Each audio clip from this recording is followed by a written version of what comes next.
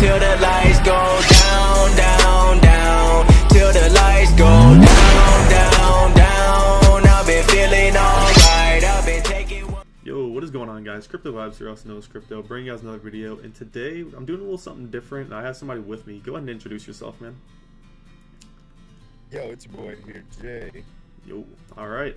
And yeah, guys, we're going to be going over some of the UPC, well, actually the Week 3 matches, other than one game, I believe, that hasn't been played yet, but we're going to talk about all the matches that went down, basically, in the replays and whatnot. So, yeah, basically, first game of the week, or first game of the Week 3 was Bash up against Almighty Arceus. And do you want to talk about this matchup at all?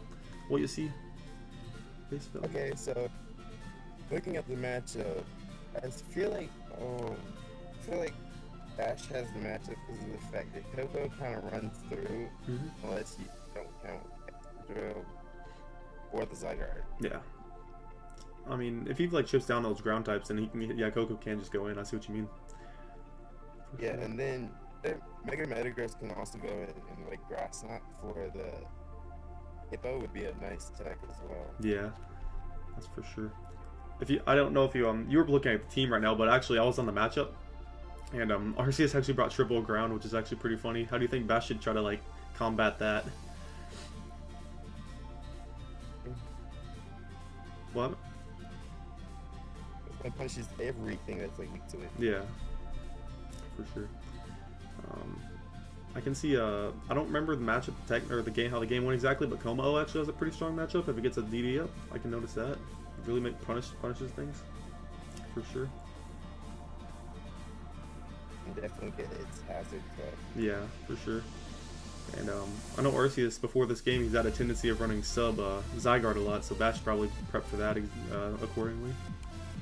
Something you want to watch out for. Hello? Yeah.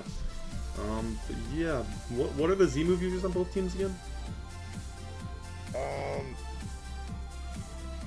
Inks and Z Lele.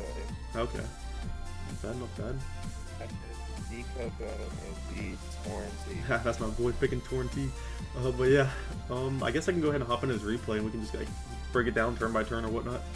As you can see the team matchup, if you want to go to your replay on your screen now, Bash decided to bring a lot of ground types in this game. Bash decided to bring the Mamoswine, Mudsdale, Quillfish, Umbreon, Tapu Koko, and Como-O.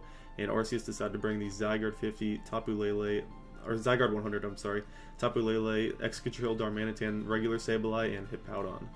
So yeah, just let me know whenever you're on the replay if you're able to pull it up. Okay. Oh, I got it pulled up. Nice. I got it pulled up, so I'm good. Yeah, alright. So on turn 1, Bash is going to leave with Quillfish up against the Sableye. And right away the Taunt's coming out. It's a nice tech there, for sure. Ready for the T-Spikes.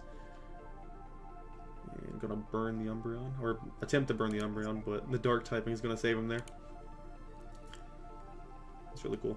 And Bash I know Bash has had a tendency to run Baton Pass on his Umbreons a lot, but really good for the momentum in this game, for sure. Yeah, sure. Yep.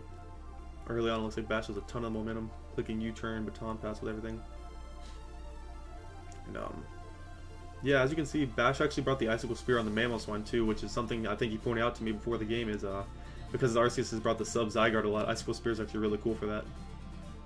Yeah, it is. Yeah, for sure. Yeah, and Sableye is, I don't know if you're at it right now, but the Sableye is like really chipped after the Mamoswine damage. For sure. He doesn't have a stay switching to this. No, not at all. Yeah, it's like he almost has to go Sableye every time and just recover up and hope he gets like low hits on Icicle Spear. Like Bash can just wear it down over time. PP stalled if he needs to. Yeah. Let's see, goes Baton passes out to the Tapu Koko. Yeah, every time he gets Koko out against the Sableye too, that's really bad for Arceus. Which is something. Especially with the Wish passing from Umbreon. That's the one coming out here.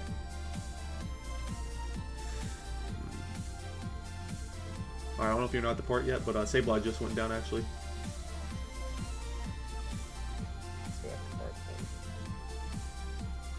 Darn, came out. Yeah, Arceus is pulling like all these doubles and stuff.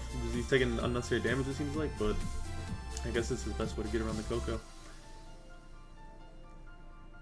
not sure. Stan hasn't came in yet. Yeah. And 5-5 now. I turned 17. Turn 17. Okay, I'll skip forward a little bit. Zygarde just set up sub and just switched out. Yeah, I don't get that. Like, why would you have to sub when you know man was coming? Yeah, exactly. That's pretty rough. Trying to think how he could have really pulled this game out. Because, like, the matchup, like you said, it was definitely in Bash's favor, but, like, Arceus definitely had chances to do things early on, I think. I don't know what went wrong, really. Andrew could have probably ran through. Drill, yeah. He'd have to, like, get a Toxic on that Mudsdale or something. Maybe, like, a Toxic Zygarde set could have been better. Something like a Leftovers or something. Something fatter. I don't know. What was it? Or Energy Ball Lele. Yeah, for sure. Yeah, Lele's a monster, so... Yeah, and I think at the end of this game, actually, Mudsdale ends up just cleaning it up, which is... shows this thing can definitely be devastating, for sure, as a lower tier mon. Yeah. Yeah. You're just... He also kind of played that around it. Oh, yeah, for sure. Gave it that defense boost right away. And Bash just roars his Zygarde out immediately. He prepped for the Zygarde really nice, I gotta say, with the Icicle Spear and the roar and whatnot. Gotta give him props for that. Zygarde's gonna come right back out. And... yeah, that's pretty much game. I think Mudsdale even cleans it up. Even with the Zygarde 100 on it in front of him, the Mudsdale just doesn't care. It's still doing a lot. Yeah. Typically. Yeah, that's pretty much it. Mudsdale is sitting in, taking these 1,000 arrows. First of all. It's just like, literally did 76 off the bat. Yeah. It's pretty wild. And like Zygarde, he keeps trying to go Zygarde and Dragon Instant, but like Bash is just gonna roar every time, so it's like not gonna work at all. And yeah, that's like we were talking about. It's pretty much game at this point. I believe even at 17%, it takes an Earthquake from the Excadrill because he was at +5 right there on the defense, which is insane. Yeah, but that was basically like because of the fact that Lele did 76 off the bat. Why didn't go just go Lele? Yeah, I don't know. He could have got it so much so much weaker for his Sand Core like he had at the end. Maybe a little weak to. Yeah, I mean, Almighty was also really weak to Mamoswine this game. Like most teams are weak to Mamoswine, but he seems really under prep for it. So that probably gave him a lot of problems just switching around and getting his team weakened from that. So. Yeah. Any final words on this game, really? Like it was a 4-0, pretty convincing for sure. I don't have any final words. Okay. Next game we actually got is Kurt and Coach Oak going up again. I think this was a pretty good game now. Can't remember exactly how it went, but I'm pretty sure it was a solid game. You got this replay pulled up yet? I definitely do. Let me see.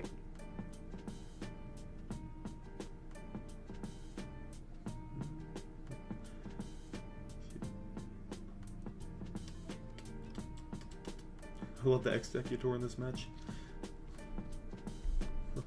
Okay, so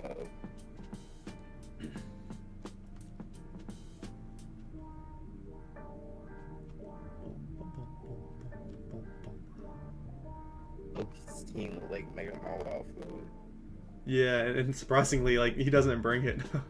So I mean, not surprisingly actually, because kind of got some harsh words for not bringing it week 1, I believe too. So, but yeah, it does look like Mega Mall food. I agree. Make them all out food. That's weird. Yep. Only countered Mega Mall in the game is Mega Steelix. Anybody with their right mind would know that. What a +2 Mega Mall. Yeah. Nothing. Alright. But yeah, anyways. If you have the replay pulled up now, Coach and Kurt, you can see the matchup on screen. I believe Coach is actually like extremely weak to Scarf Jump this game. If that is the Garchomp set, outside of his Executor, so he needs to figure out the best way possible to keep his Executor healthy. I believe it does access to Wish and Synthesis, so depends how he wants to use that there. Obviously gets access to things like Harvest as well. What's up?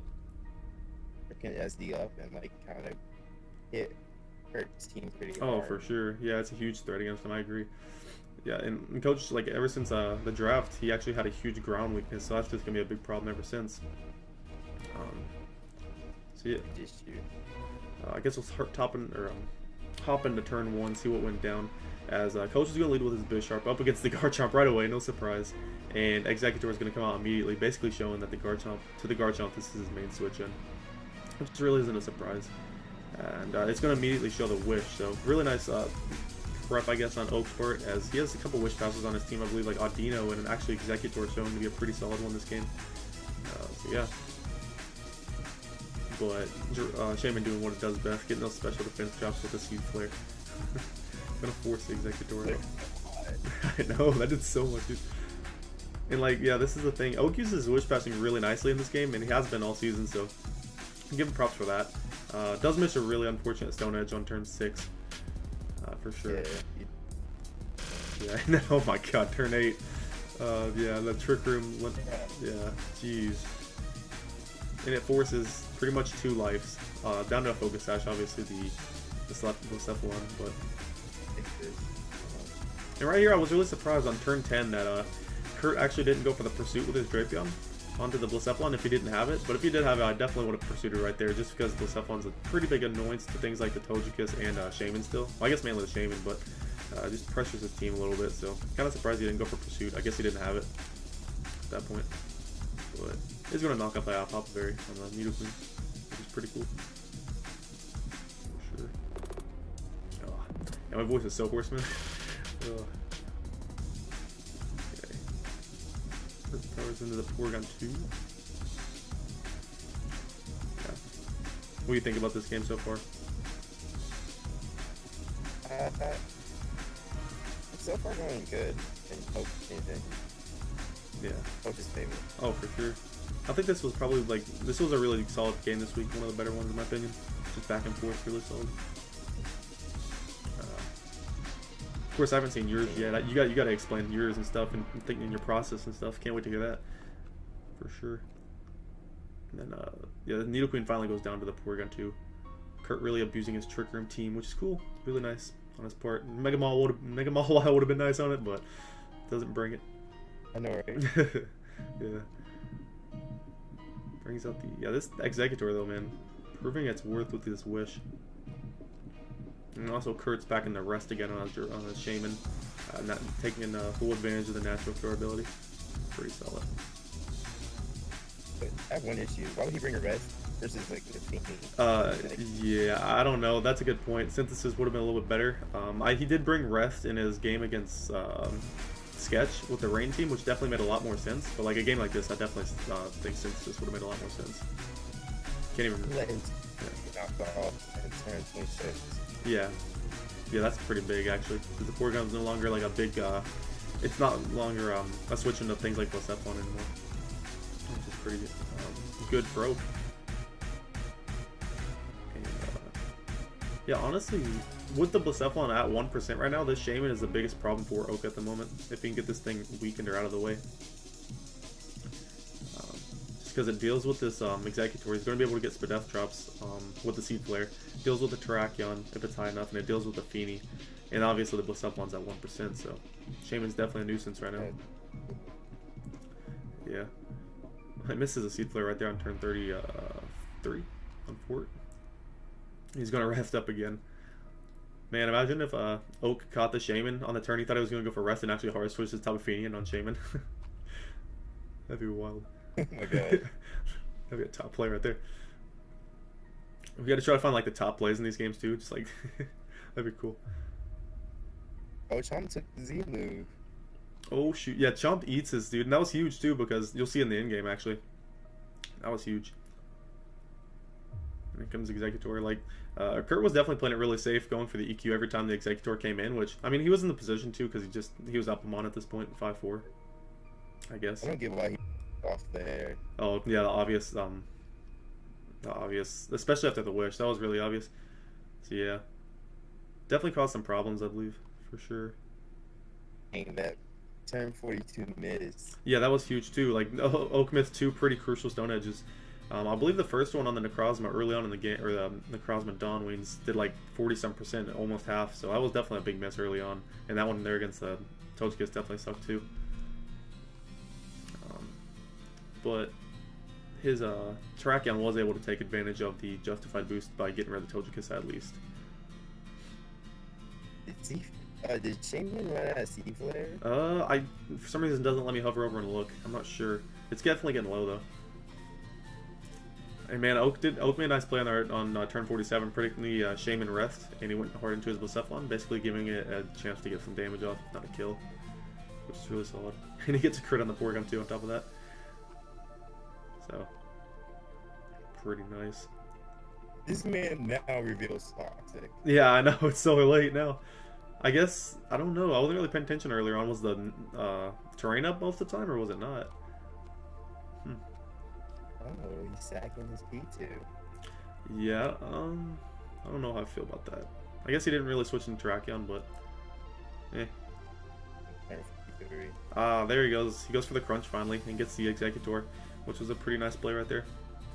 Definitely forcing it to get a little bit lower and forcing him to hard switch into his Terrak. And Kurt actually makes a nice double go here going to Shaman. So Coach is forced to sack off another Mon. And I just realized this actually was Life Orb Shaman this whole time, so it's definitely a big threat. For sure. Now they're definitely just trading back and forth blows. Blacephalon picks up the kill on Drapion. Yeah, this was a really solid game overall. For sure. Good jump. And then Scarf Jump right here, if you're at this point. He just cleans up at this point. Well, I guess, yeah, he had to switch out right there. Definitely fair. But yeah, at this point, Executor's Toxic from the P2. That was very clutch, for sure. And Shaman can stall out this Executor, and then Garchomp comes in and basically clicks Earthquake and wins. If that was Rock Polish Terrakion there at the end, then obviously that would help. But I believe Coach was SD actually, so definitely interesting for sure. And yeah, that was a solid game. Oops, pulled up my Discord by accident. Any final words on that game per se? No, not really. Good play. There's some good plays late game to hurry it up, and then. I agree. Bring Mega Mall out, Kurt. Bring it, even though you won. All right. Next replay, actually, we got Honor and Splurge. Now, this one's a little interesting. Do you remember this game? Well, I haven't watched it yet. Oh, bro. Honor versus Splurge is let's just say it's a little bit shorter than the one we just watched. By little, I might mean a lot. This game's pretty quick. And okay. You can pay attention to the chat too. Are you in the replay?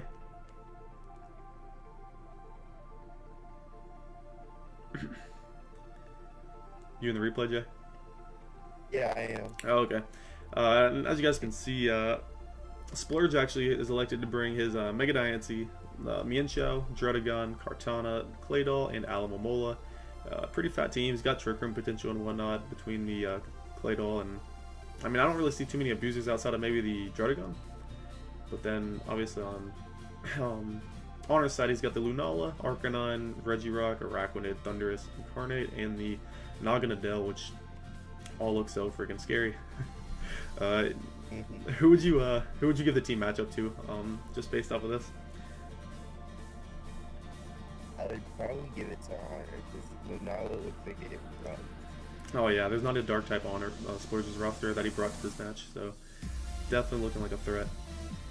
In order to kill it. Yeah, he's gotta like, the best way to like even kill it looks like Kartana, like SD Kartana. He's gotta get that in and like sweep or something, but he's got an Arcanine right here, so we'll have to see for sure. And, we can definitely hop into this one. The lead's gonna be Arcanine up against the Mienshao right away, so Honor's getting the lead matchup pretty okay right there. And he's actually going to reveal the burn up right here, which is kind of cool, onto the Alamomola. So I think that was mainly for the Diancie, he said. And he had actually had the Iron Head, so had the Diancie came in right there, he would have been fine to take any hit, and then Iron Head did the Diancie, pretty much knocked it out. So pretty cool for tech there. And Yeah, Toxic on his Araquanid. yeah, I thought that was interesting. I thought Arcanine would be the toxic user for that, but Araquanid worked out. And right here, you're actually going to see the Thunderous immediately go for the Z bulk up, which is, this game's getting really scary automatically. But right here, I don't understand him switching out the Claydol. Are you at that part yet? On turns? Yeah, I am. Yeah, I don't get him switching out the Claydol right there because after seeing bulk up right there, and he just used Z bulk up, so he can't really use like Z fly or anything. He's scouting for knockoff. He's got it for knockoff, you think? Yeah, that might have been the play. You're right. Yeah. As he just went for another bulk up, which was pretty wild. And then right here, you're gonna see he just knocks out the Mega Diancie with the superpower, and I believe that was a roll for Splurge's Diancie because he said he had a ton of bulk on it. But did you see what happened in the game? Yeah, I don't know, man. I definitely feel like, especially after seeing superpower and no knockoff after scouting for it, like you were saying, I definitely feel like Claydol could have potentially dealt with his Thunderous depending on the moveset, or he could have just had something to deal with it. Honestly, I don't know. What do you think about that early quit? Thunderous off the top of my head, I don't think he can. Just trying to think. Like this is bulk up Thunderous, so like if he's able to get Toxic up on her or something, and then you get Druddigon in and maybe stall it a couple turns, I don't know. It would have been tough, I guess, but. Yeah, like Drud doesn't Oko a Thunderous. No, like, not at all. But. Okay, what about this? What if Claydol had what if Claydol was able to live a hit, right? And there's no knockoff on this Thunderous, or else he would have went for it on the Claydol the first time around, I'm guessing. Let's say Claydol got a Trick Room up, and then I don't know, Cortana would have been slower than this, Druddigon would have been slower, so he could have maybe dealt with it that way, but he was definitely in a bad spot. But Cortana can't Oko it because of the fact of the defense boost. yeah, Maybe Dragon Tail it out. yeah, maybe that'd be like the only way. And then like he's just looking at a bad spot because Mega Diancie actually looked really good this game, and pressuring things like the Arcanine, Rakuten, and whatnot. So yeah, definitely. Like Mega Diancie though, risking like one of its better breakers. Yeah, I don't know. Yeah, I don't know. I'm gonna go back to that turn he went for the Z bulk up. I'm just gonna see because the game looked pretty good up until then. Then it just really went downhill. Alamo just being passive as hell, letting Thunder sit up. Yeah, I don't know. I guess you're right. Probably scouting for the knockoff, but like at the same time, I gave him another bulk up. I don't know. Unfortunate though, because if Splurge said it was a roll on the superpower right there, it might have been, because Splurge has known to been running bulky Diancie sets this season, and he could have knocked out the Thunderous right there if he had the power gem. So definitely unfortunate. It's like +3 superpower from like max attack Thunderous. Yeah. Still hurt. Yeah, I know. I don't know what kind of bulk he said he was running, but it would have had to been a ton. And like even if I don't even know if it was a roll at that point. Thunderous is just so strong. Yeah. But anyways, that was that game, guys. That was what, 8-9 turns? Let me go to it. Yeah, 8 turns. Sweet. But yeah, that was that game. And moving on to the next one, we have Low Main up against Sketch. Pretty highly anticipated match between these two. Sketch using the Rain squad right here with the Kyogre the Goat, and then Low Main's got the scary Veil offense with things like the Magearna and Mega Salamence. Even potential like Suicune sets are definitely scary in this game. So what about who what is it? This is the matchup. Who has the matchup?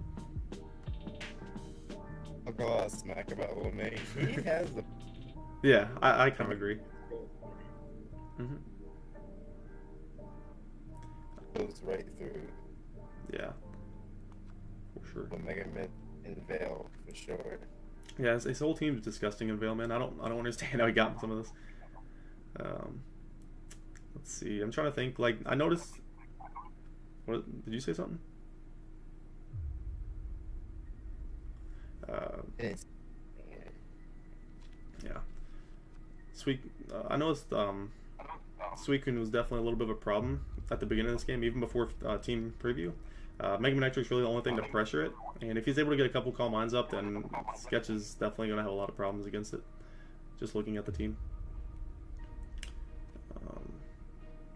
And then Machamp also looks like a pretty big threat if he potentially has Trick Room Magearna, so that's another thing. It looks like if Sketch had some toxic spam, he could probably deal with this team. With the Coon and whatnot, yeah. Let's see. and the mints and getting ready to veil, different stuff like that. Yeah, actually, looking at Magirna is a huge threat too. Like, yeah, Magirna looks devastating against him. Besides Lando. Dang. All right. Yeah, Mega Mints looks like a thing that he has to play around too. Just the whole team in general. It's gonna be like he's got to use his clef key very efficiently if he's packing any kind of status on it. All right, we'll hop into this game though. As Loman's gonna lead with the Machamp and Sketch just with the Mega Manectric. So right away, Sketch getting some nice momentum, just plays off the bat. And Loman's going to overpredict right there and go for the knockoff immediately on the Mega Manectric. And then we see a double out right here. Decidueye up against Necrozma. That crit did very little. I'm going to say that crit did very little to Necrozma. And the Photon's going to come off and basically showing he can 1v1 it right there if he has the Morning Sun or whatnot, or Moonlight, whatever it is.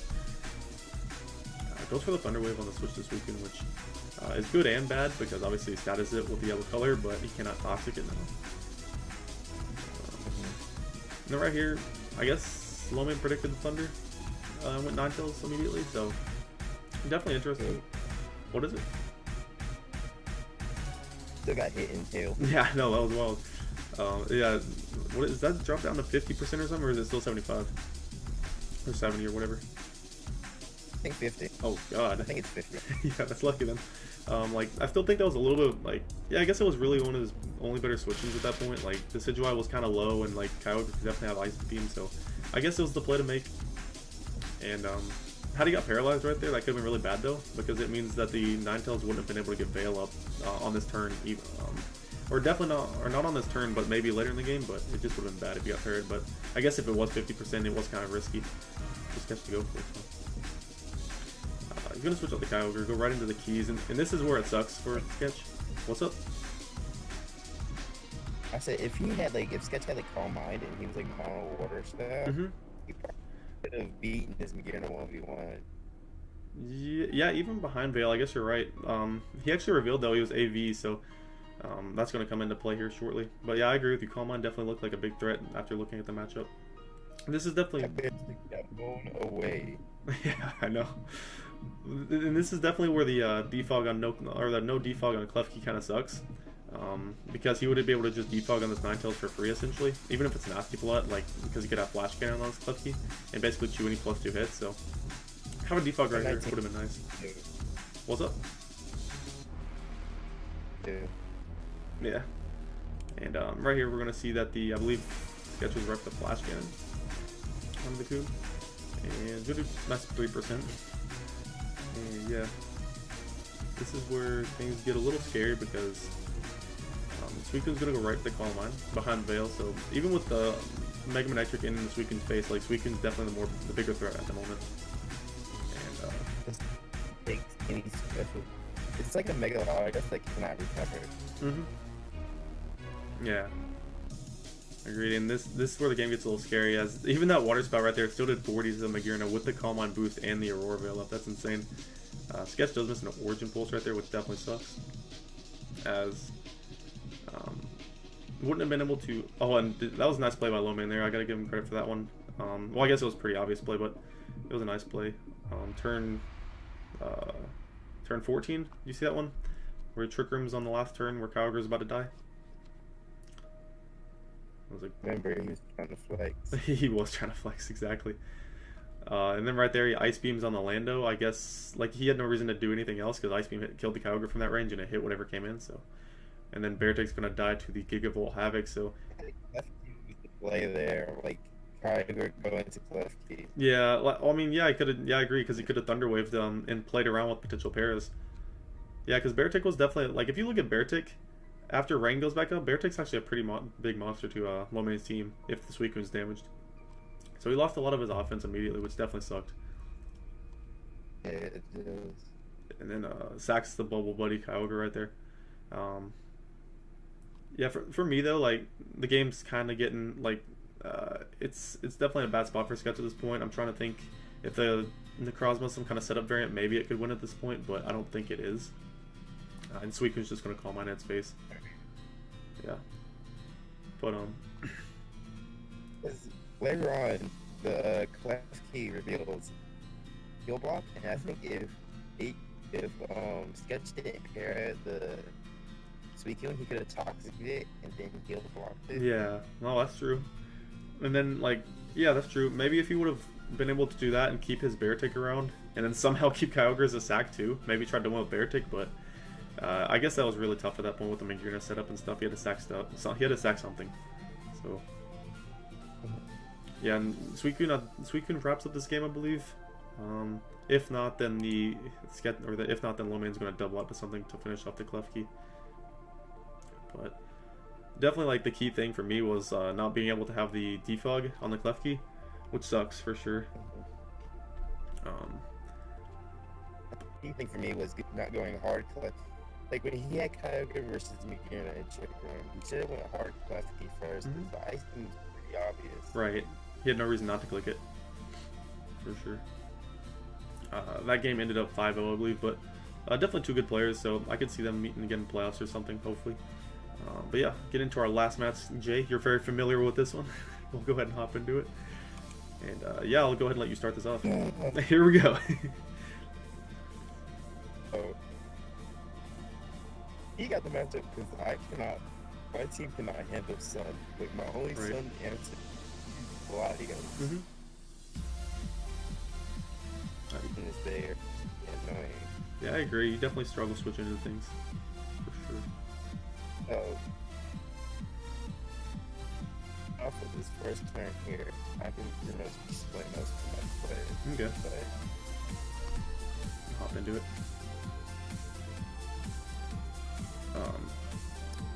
expecting like a toxic spike.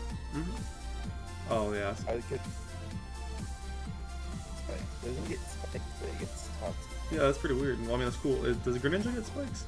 I don't remember. Yeah. This gets toxic spike. Oh, okay, okay. I'm on turn 3, by the way, if you want to go ahead and keep up with it there. Catching up. Okay.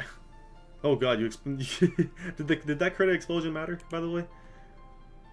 I'm pretty sure it doesn't. Okay. I'm not sure. It wouldn't surprise me. Primarina's Fizz Def isn't the greatest. So, I'm not sure. You know, to switch into the Primarina, so like, well, I'll take that. what now? Exactly. And yeah, your Latios was definitely shown to be a little annoying to his Blaziken there. Force him to switch immediately. Yeah, staying in versus Blaziken was kind of the play since I was Culver. Oh, for sure. Oh, what the heck? This sub-fortress, man. What's up with this? Right? I said, like, what the F, right? As soon as I looked at Yeah. I think I actually put in a little bit of work, I guess. everyone. So, Yeah. For sure. And then looks like the fortress is up. You bring Latios back in just because it looks like your biggest threat to him at the moment. For sure. Brings the frog back in. Oh, and you get the justified boost right there, right? With the Lucario. Oh, you're not justified. Rip. I was steadfast. Oh, okay. Wait, what's that do again? Your speed if you get flinched. Oh, that's what's up. Then you get the +2 Lucario. Wait. Did he +2 not extreme speed not kill the Blaziken? Let's figure that out right off the bat. Okay, let me go back. You were at the low kick where the Groudon went down? Wait, did the +2 extreme speed not knock with the Blaziken you're saying? I know it did like 87 max. Oh, okay. Oh, and then I'm guessing your Deoxys didn't have any priority. I was trying to chip it down. Badly, like around like turn 22 where he SDs. Okay. What the hell? And I Yeah. didn't have no priority. I didn't have bullet punch on my Oh, Mega Lucario. that's rough, man. And then it pretty much just sweeps at that point. Oh yeah, you had the exchange speed, but no bullet punch. Dang, that sucks. I had to have Earthquake because Double is a thing. Yeah, I saw that he had the Double on his roster. For sure. I agree. Gotta have something for it. Yeah. And brings out the. It is because of the fact that the 1-0. Yeah, it wasn't. It was still a very close game. And he scarfed Frogadier. Rip. But yeah. What do you take away from your game overall though? Maybe wish you had priority on Deoxys? Okay, I feel like I shouldn't have. I know, like my best answers are like around or keep it around so it deterred him from setting up would have been nice. Right. Yeah. Yeah. Also maybe keeping Persian so I had like a foul play in the back. Yeah, that's true. Persian outspeeds the Lycanroc too, I believe. Yeah. And then I had Grass Knot on Latios, and I was like, why not click that? Yeah, that's true. That's true.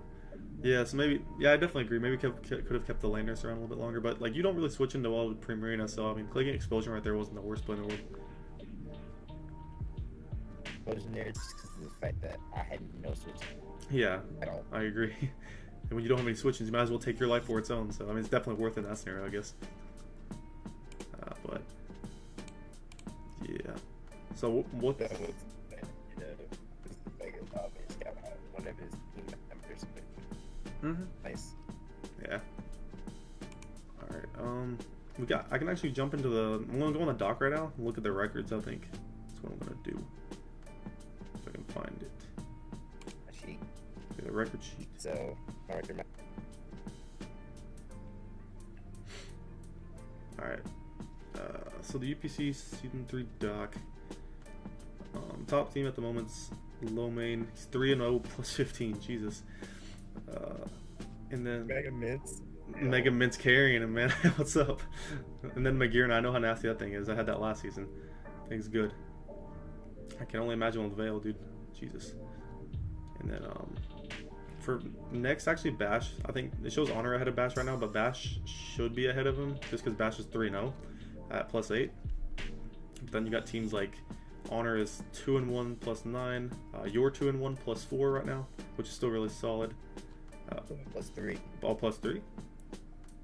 Oh yeah, your game didn't go in yet. Yeah, because I was. Yeah. And then, oh yeah, some of these games didn't even go through yet. I see.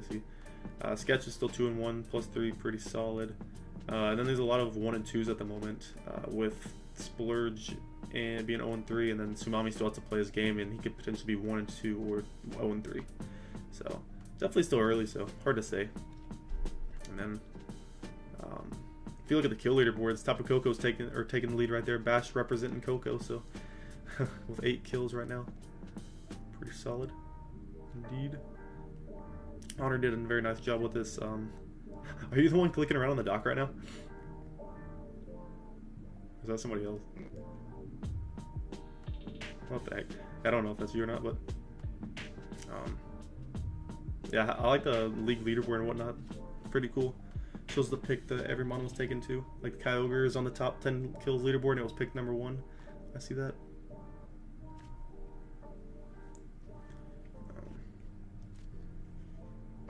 Pick, what was it?